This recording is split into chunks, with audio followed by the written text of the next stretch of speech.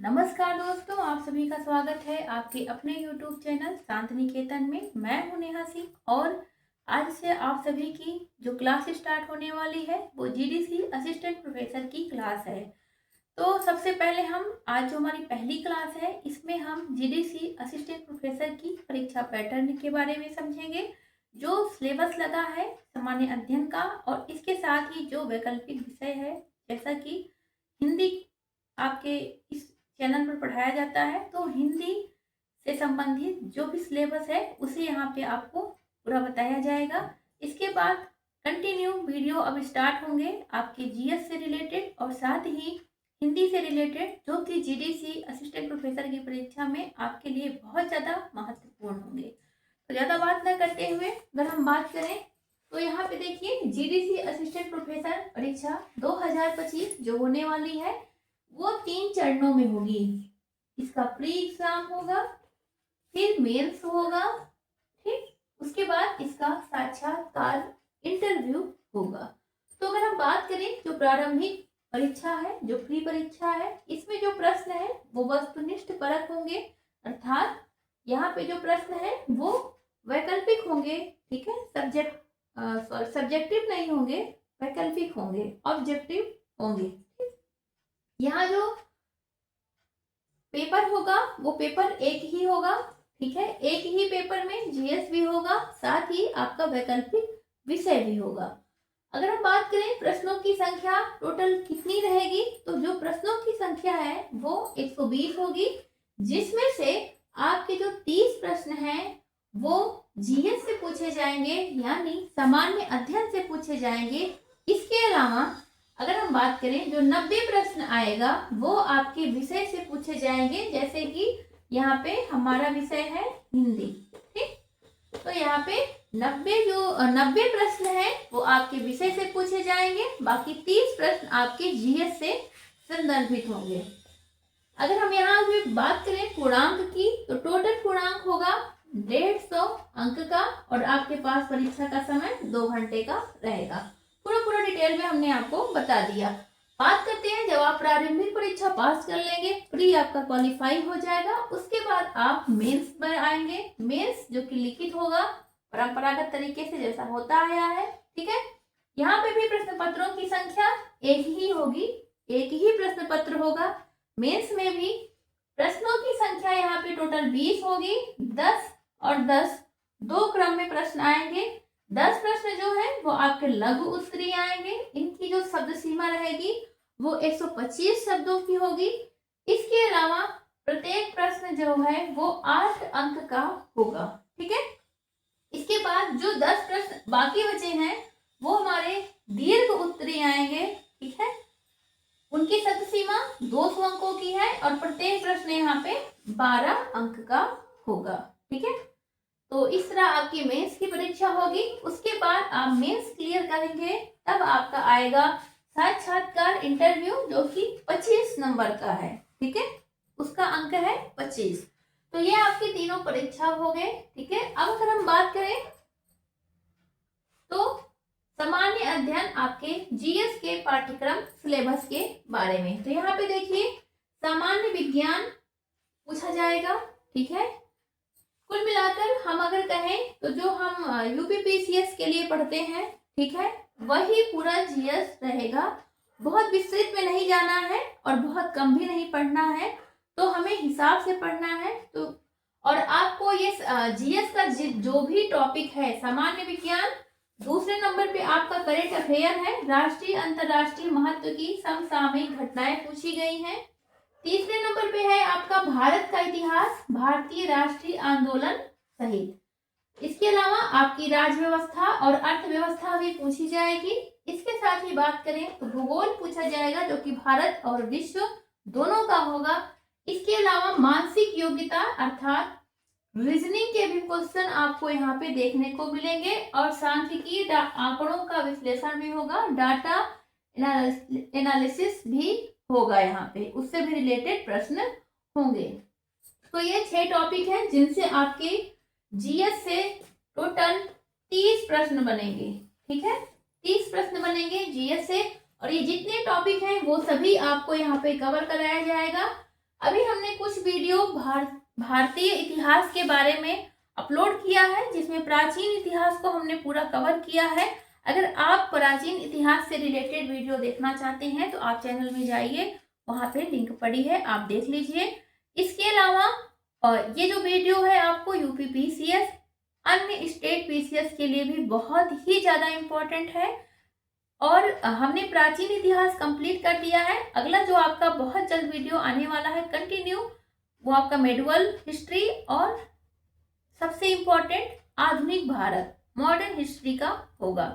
जितने भी राष्ट्रीय आंदोलन हुए हैं, घटनाएं हुई हैं, उन सभी को लेकर के पूरा वीडियो होगा। ठीक, उसके बाद आपकी ज्योग्राफी कंप्लीट कराई जाएगी, पॉलिटी कंप्लीट कराई जाएगी, आपके जो है साइंस को कंप्लीट कराया जाएगा, तीनों पार्ट को, भौतिक, रसायन एंड जीव विज्ञान, ठीक है, बायोलॉजी।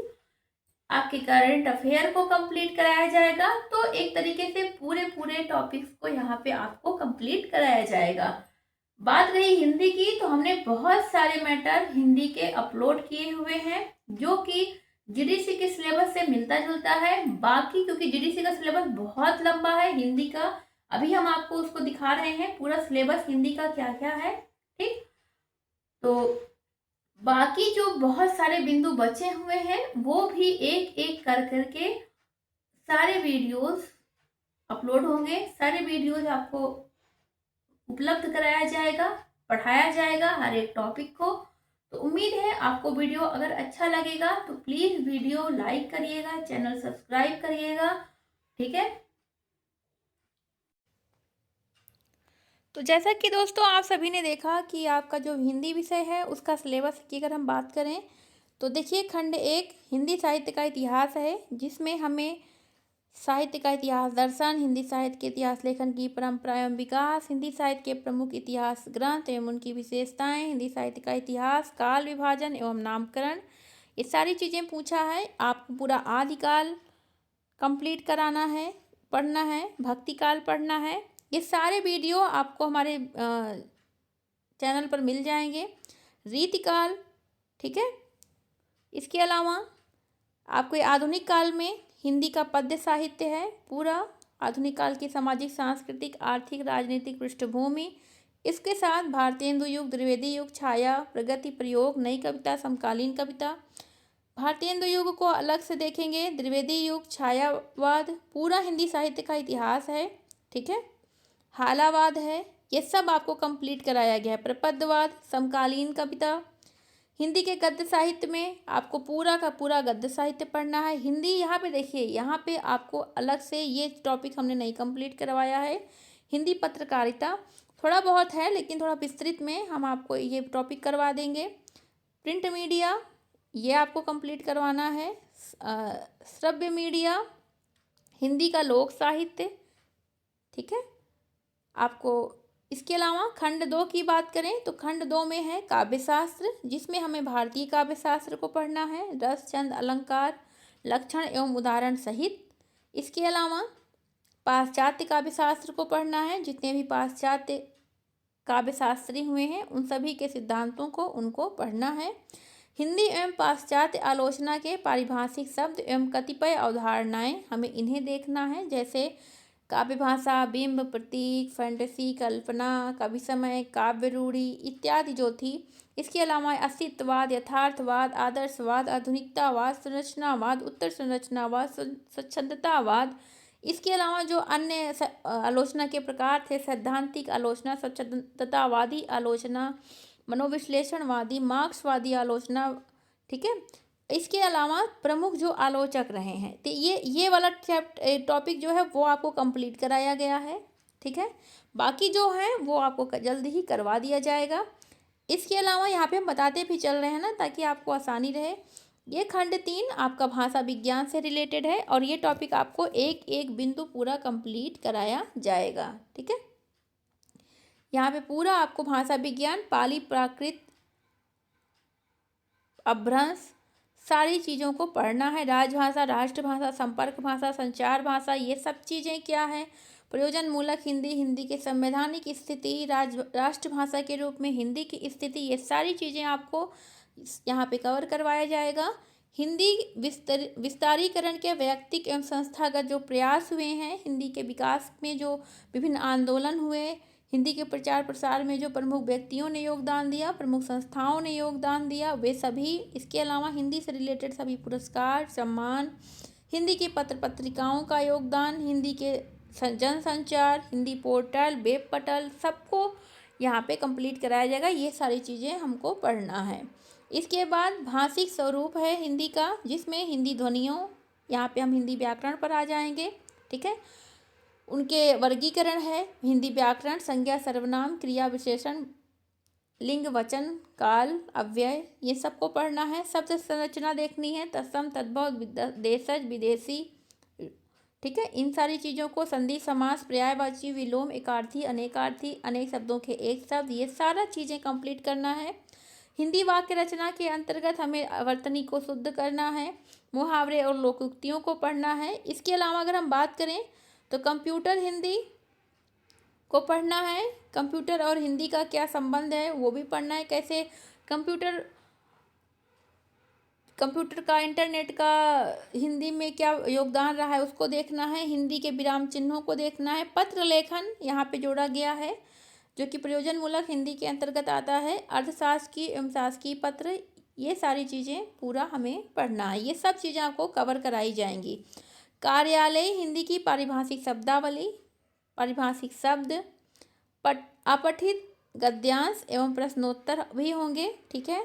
इसके अलावा अर्थबोध क्या है, ये कॉम्प्रिहेंशन, ठीक। देवनागरी लिपि के बारे में हमें उसके नामकरण, उद्भव, विकास, विशेषता, दोष, समस्या, सुधार, इन सब चीज़ों को पढ़ना है। हिंदी अनुवाद की क्या अवधारणा है, उसका स्वरूप, उसके महत्व, एक अनुवादक के क्या गुण होने चाहिए, क्या उत्तरदायित्व होने चाहिए, उनसे क्या अपेक्षाएं होनी चाहिए, अनुवाद के कितने प्रकार हैं, ये सारी चीज़ें यहाँ पे आपको इस वीडियो में कवर कराई जाएंगी। तो इस प्रकार यह था आपका पूरा हिंदी का सिलेबस जीडीसी असिस्टेंट प्रोफेसर का, ठीक है। उम्मीद है आपको वीडियो अच्छा लगा होगा। अगर आपको वीडियो अच्छा लगा तो प्लीज़ वीडियो लाइक करिएगा और चैनल को सब्सक्राइब करना नहीं भूलिएगा। बहुत जल्द आपको सारे वीडियो उपलब्ध कराए जाएंगे। मिलते हैं तब तक एक नए और वीडियो के साथ। तब तक के लिए धन्यवाद। चैनल पर जुड़े रहिए, अपने सहयोग को बनाइए। अब वीडियो कंटिन्यू होगी। धन्यवाद।